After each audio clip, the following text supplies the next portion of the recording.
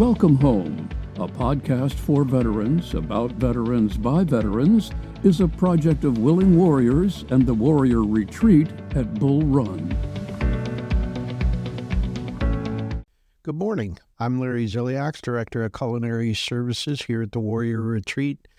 And this week, our guest is Dan Clare.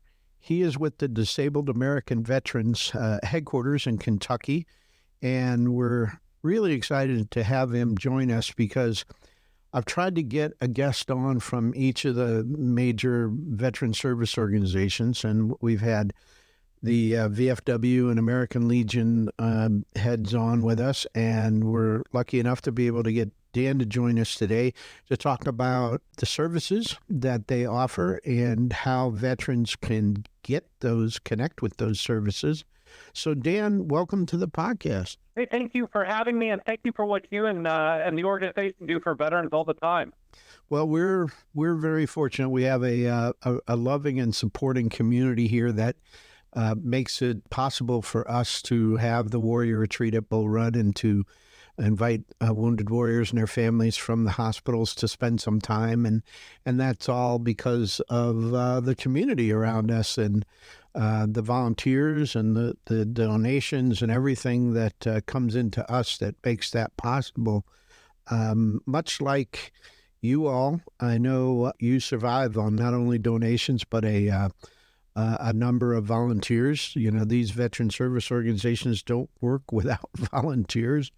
But I'd like to start with just a little bit about your background and how you became involved with DAV. Hey, sure. I enlisted in the Marine Corps in 1994. That feels like forever ago. I did my time on active duty, got out and went into work in advertising in Southern California. Ended up, kind of enjoying it, but kind of missing the military. I got back in with the National Guard, the Air National Guard, served with them during 9/11. And then, of course, everything changed for us a lot. Mm-hmm. I ended up, after 9/11, I flew on 9/11 with FEMA teams to New York. And then after that, I ended up coming to work for DAV, Disabled American Veterans, moved from California to our headquarters here near Cincinnati, Ohio.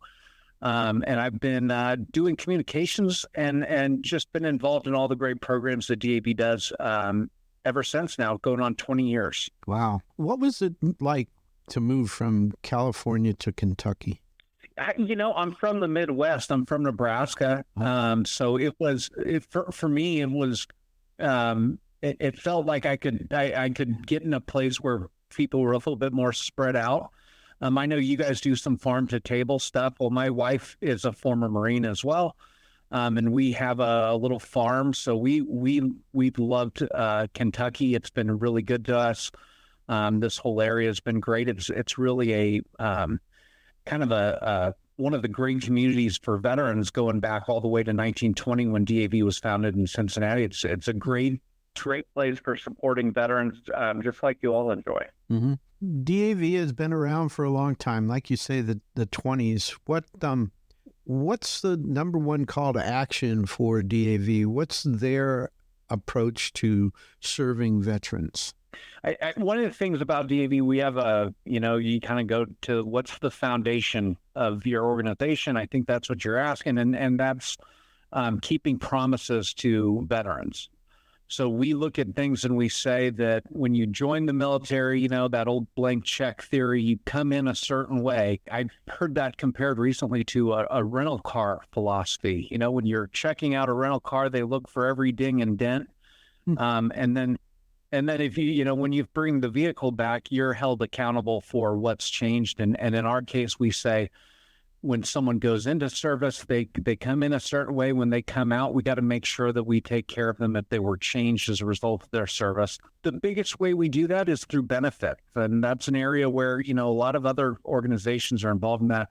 For our part, we're the largest organization doing that. We have 264 folks who are professional benefits advocates and another 2,000 volunteers who help feed veterans and local communities into our offices so that they can get assistance with that claims process. We know unlike other people who haven't served, I think a lot of people think you just get your benefits if you served in the military. But we know you have to go in there and fight, and DAV is really proud to be a part of that. That is one of the ways we keep the promise. Another way, you mentioned volunteers. We have a great network of transportation network volunteers who provide around 200,000 rides to and from hospital appointments. And without those services, a lot of veterans wouldn't get access to the care that they've earned. So that's another important way we serve veterans. We co-sponsor career fairs. We do almost 100 of those every year. And so that's empowerment in a special way as far as DAV is concerned. And we've also expanded in the last couple of years to offer entrepreneur assistance. We absorbed a program that was in existence. So we're helping veterans become company founders. And, I've got to say, my initial claim that I made with the VA back in the early 80s, we'll say, was handled through DAV, and I wasn't a member, but their service officers helped me with my initial claim. It got denied, but at least they helped me. And so I do have personal experience with the service officers from DAV, and they were extremely helpful. How does a veteran get in touch with a service officer from the VA to get help filing an initial claim or an appeal? Larry, thank you so much for mentioning, too, that the services are free. There's no obligation. You don't have to join DAV to use any of our services. You don't have to do anything but have served your country. The easiest way is to go through DAV.org, I think, just to, kind of shortcut that. We have benefitsquestions.org. And so anyone in the country can go there, and you can electronically or get a phone number to contact any of our 100 offices throughout the country.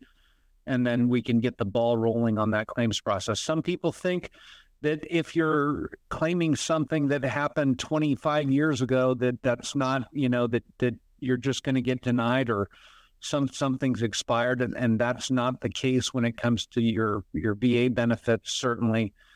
So DAV can help you kind of get through that process, demystify that process. And then too, just, sometimes just along with that same level of thinking that, well, the time's run out or whatever, we're seeing right now, even Agent Orange claims that have never been filed before going through. So it's important that people go ahead and reach out to us if they need that help.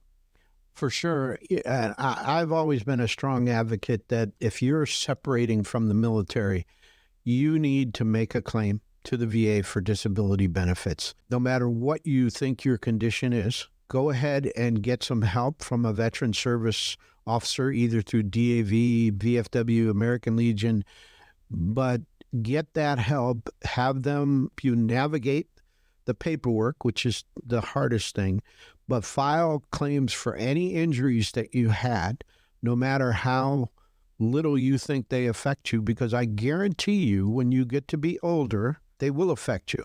And you may not have so much of a hearing loss when you're 26 and you're getting out of the Army, but when you're 66, you will have that hearing loss.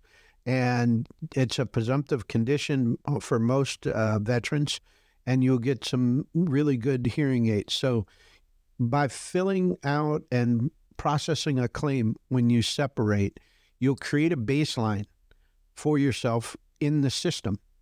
So you won't have to try and rely on records that you can't find 30, 40 years later. And they're going to have all the medical records, and they'll have everything they need. So it will make it easier to support claims in the future that you will make, because your knee will hurt you.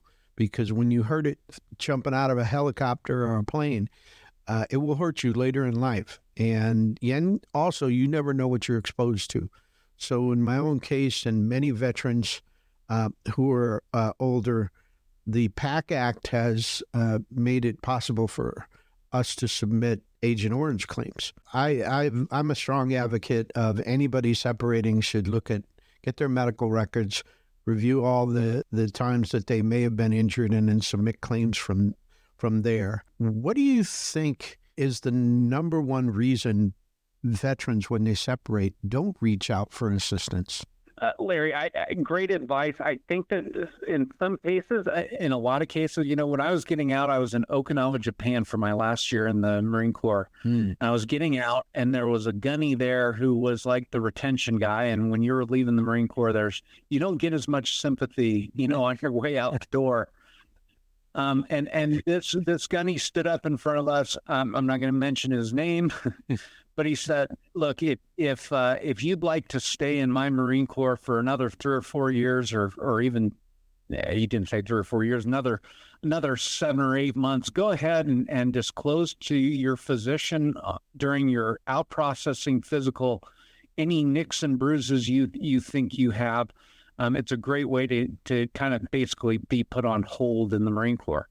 And it was a huge disservice to people. And then we do hear people say, well, I'm not going to file for a claim because someone else needs the help more than I do, or I'm just fine. I think a lot of people, honestly, they've been in the military, whether it's 4 or 20 years, and they just want to get on with their lives. They want to get past it.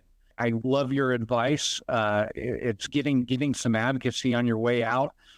Even starting that process before you exit the military is a good idea. For the people who say, well, I don't need the help or whatever, you kind of have to think, what about my family? What about my survivors? And if you're not filing your claim, you're kind of putting yourself on the other side where you're not part of the number of people who are demanding benefits. You were talking about the PACT Act. I happened to, while I was working for DAV, I was still in the Guard, and I was activated, and I was the whistleblower on burn pits. So I worked, I was doing crisis communications, found out about, Darren Curtis had a memo at the time about burn pits and at Balad Air Base where I was stationed in Iraq.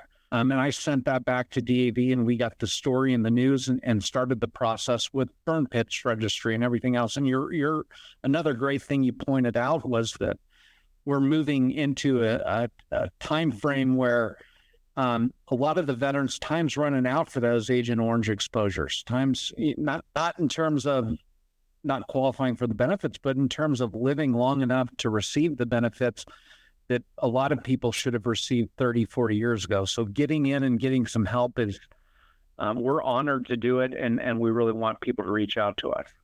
Yeah, I'm always concerned when veterans say, well, I don't really need it as much as the next guy. I got a buddy who really needs the help, and I don't need it so much, or I don't want to take something away from my buddies who really need it.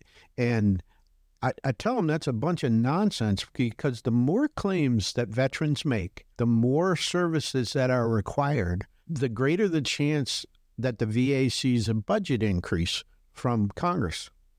And so it's very important that you make that claim, because it can help your buddy by getting a larger budget for the VA. I want to dispel that kind of nonsense right off the bat. What have you found? What have your service officers found with PACT Act claims? I know that there was a huge influx of claims. I've just lost my second appeal for mine. I'm going to go for a little bit further review, but has there been a big delay? Have you seen a delay in response? Have you seen a larger number than usual denied? What's been the experience over there? Everyone has their own individual experience, which, they vary. By and large, it seems like most of the people are filing for those claims. And it's important to note, just for the folks who don't understand this, that the PACT Act represents presumptive claims.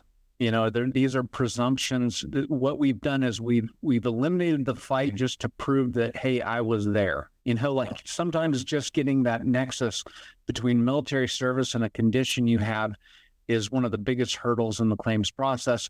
The PACT Act kind of eliminates that. We are seeing tons of veterans come in who need the assistance.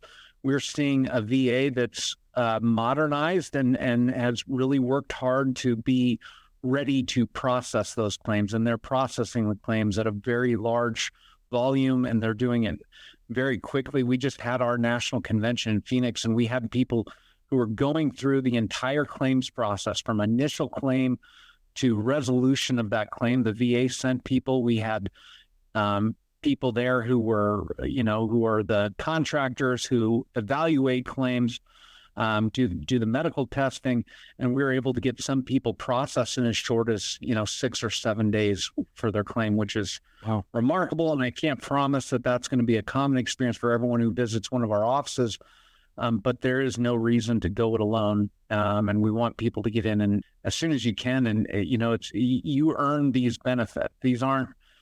This is different than any other sort of benefit that you could get from the government because it was already paid for by you and by your era of veterans.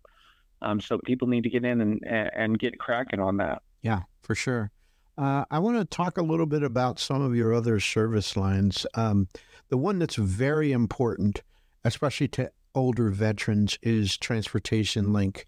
As you said earlier, if you can't get to your appointment, you're just not going to get any treatment or help. So how does a veteran connect with DAV to see if they can get a ride? DAV is we're at your VA medical center. We're coordinating that transportation from each VA facility. DAV receives, I think sometimes hundreds of vehicles a year that we donate back to the Department of Veterans Affairs.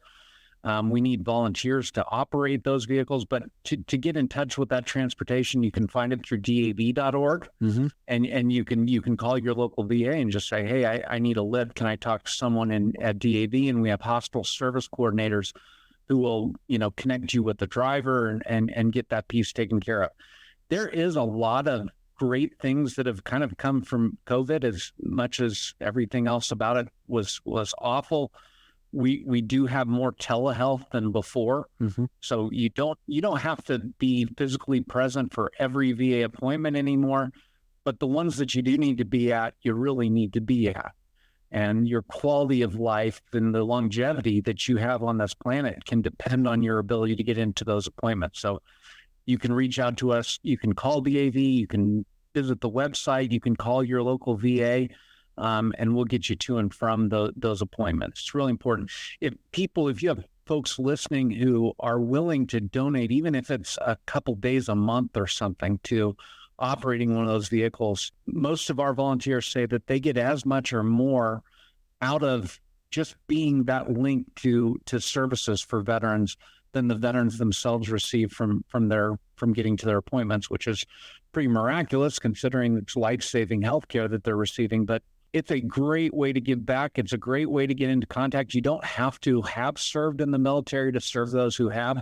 So if you want to get involved with the transportation network, we'd encourage you to do that. You can visit volunteerforveterans.org for more information on that and other volunteer opportunities. Yeah, it's so important. DAV can offer these services. They need drivers. I mean, it's that simple. You can have all the cars donated in the world, but unless you have somebody to drive them, it's just not going to work. So that is a huge, important way to give back, as you said, but also it makes such a difference in the lives of veterans. It's, driving somebody from point A to point B, you wouldn't think that it's all that big of a deal. You're not a glorified Uber driver, you're a lifeline. And so please, if you're listening and you do have time and you are in an area that has a VA clinic or a hospital, consider donating your time and driving for DAV and getting veterans to these much needed appointments. Again, the webpage is DAV.org.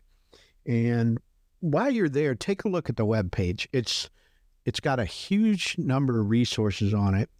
And it also has, now I know our regular listeners have heard me say this time and time again, but like all veteran service organizations, in the right-hand upper corner, there's a red button that says donate. So I want you to go to the webpage, and if you're a veteran, join DAV. If you're maybe an American Legion or VFW guy, and you say, well, I'm already with one organization, fine. But donate. Hit that button. Donate what you can. $5, $10, $25, $100,000. this is money that goes directly to veterans, and it's just an amazing organization that really does God's work. I mean, their programs, and I want to talk about one more program too before I forget, but you guys this year released a report, and I want everybody to go to the webpage and download it. It's called the Women Veterans Report. It's an awesome report that highlights the work that you guys are doing in the area of women veterans' mental health. Can you talk a little bit about how it came to be? Well, yeah, I know the rates for suicide increased dramatically during COVID, and they were especially affected for women veterans for a variety of reasons. That was part of the impetus, but DAV has for many, many, many years, going back to the 80s, been involved kind of as a leader in recognizing that women veterans have some unique needs. They're different needs. They're medically different needs from their male counterparts. But our VA system was created literally for men. It was, it's men have served in greater numbers in the military than women for many years. That's changing. Women are the fastest growing demographic among veterans. And we're going to see that continue to grow over many years. And we're just seeing shortcomings in how we're treating women veterans. We see things like the VA doesn't account for in questionnaires. They're not accounting for MST all the time as one of the conditions that vitally changes how a woman transitions to civilian life if they've been assaulted before. So we're looking at policy recommendations that we can make that are going to change outcomes for women veterans, making sure the resources are there for them, and also just we're seeing also as an organization that sounds very self-serving, but women are getting involved in DAV as leaders, and they're doing incredible work throughout the country.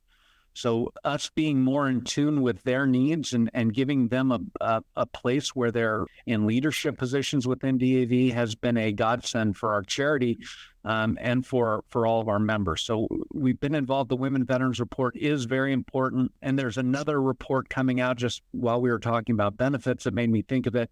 It's coming with the Military Officers Association of America. We collaborated. And it's looking at the claims process and looking at how we can speed up recognition for presumptives. On average, veterans are waiting about 30 years for a presumptive condition to be identified and put into place. So that helps the claims process. So there's more to come, but women veterans have very serious focus area for DAV for many years. And this is, I think, the third iteration of reports that we've done specific to women veterans, and we're going to keep going on that front as long as, there's an equity issue in how women are treated. Yeah. Well, you're right. It has been a segment of service members that's been overlooked for some time.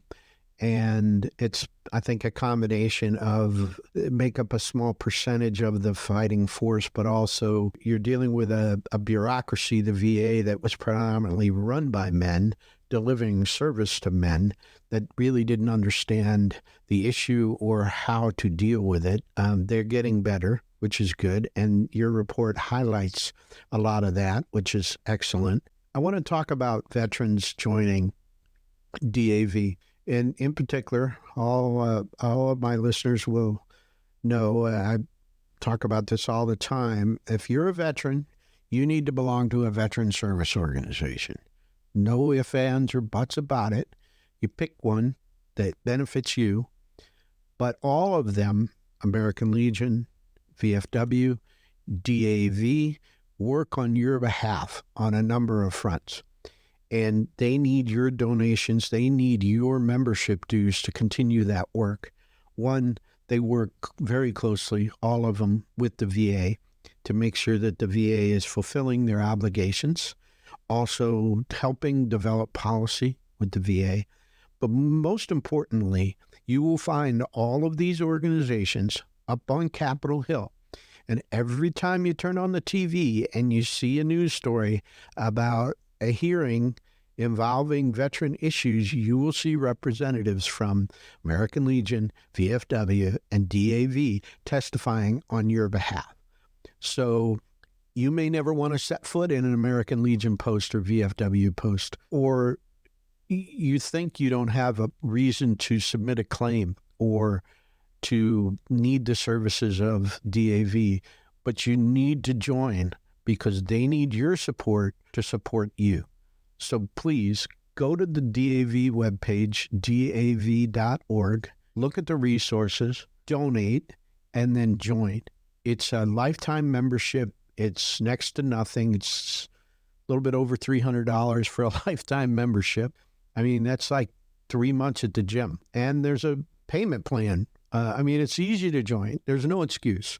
But I do want all our listeners to join, really support them, because without them, we wouldn't have the PAC Act. We wouldn't have the Compact Act. There's a lot of benefits that you take for granted that we would not have if but for the DAV and other veteran service organizations. Dan, as we kind of wrap up, what's the one thing that you think, the most important thing you think our listeners should know about DAV? I think I love what you said about joining. I'm a member of the American Legion, the VFW, and AMVETS. I'm joined them all because that's just my approach to it. Every organization has a little bit of a different, they have a different focus. DAV's focus really is on that promise. We don't get involved in foreign policy. We don't get, we kind of say, look, if a veteran answered the call of duty, it doesn't matter how popular the war was, doesn't matter, how citizens felt about it. It's just about that obligation. It's about making sure that we take care of them, making sure that they get their benefits, making sure they have access to employment, the things that will substantively change their lives. And when a veteran goes through that, and we see this with our entrepreneurship program, where once a veteran gets past that point where they're in the transition phase and they get properly introduced, properly transitioned to civilian life, these are people who give back tremendously to their communities, whether it's through their companies, through their civic work, through what they're doing with their jobs. They're great team members. They're great people to hire. Just getting them involved is important. This is a kind of a macro view of the whole thing. But if you think about it, veterans, about 1% of the country of our population is serving at any given time. And the veterans make up a small part of that community, but it's really hard to get into the military. It's not easy. I mean, you have to pass a battery of physical, moral standards that are pretty rare. So we think highly of veterans. We're investing a great deal in veterans, and we're grateful for what you all are doing, and what other organizations are doing, just to change the tide of history in terms of how we treat veterans. And that's what we're looking at right now. It's something that's encouraging, but it's also something that we need to stay focused on because we're representing a smaller percentage of the population than ever before. Well, I really appreciate you taking the time to talk with us. It's been fascinating. I really do support the work of DAV. It's just one of the premier veteran service organizations out there. A long history, great work. And again, I encourage everybody to go to the webpage, donate, and join.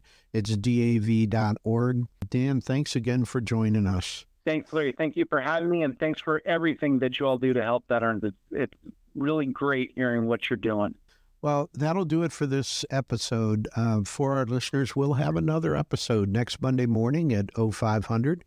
If you have any questions or suggestions, you can reach us at podcast@willingwarriors.org. Until then, thanks for listening. The Welcome Home podcast is brought to you by Willing Warriors, a nonprofit organization serving active duty service members and veterans since 2012. To learn more, please visit our webpage at willingwarriors.org.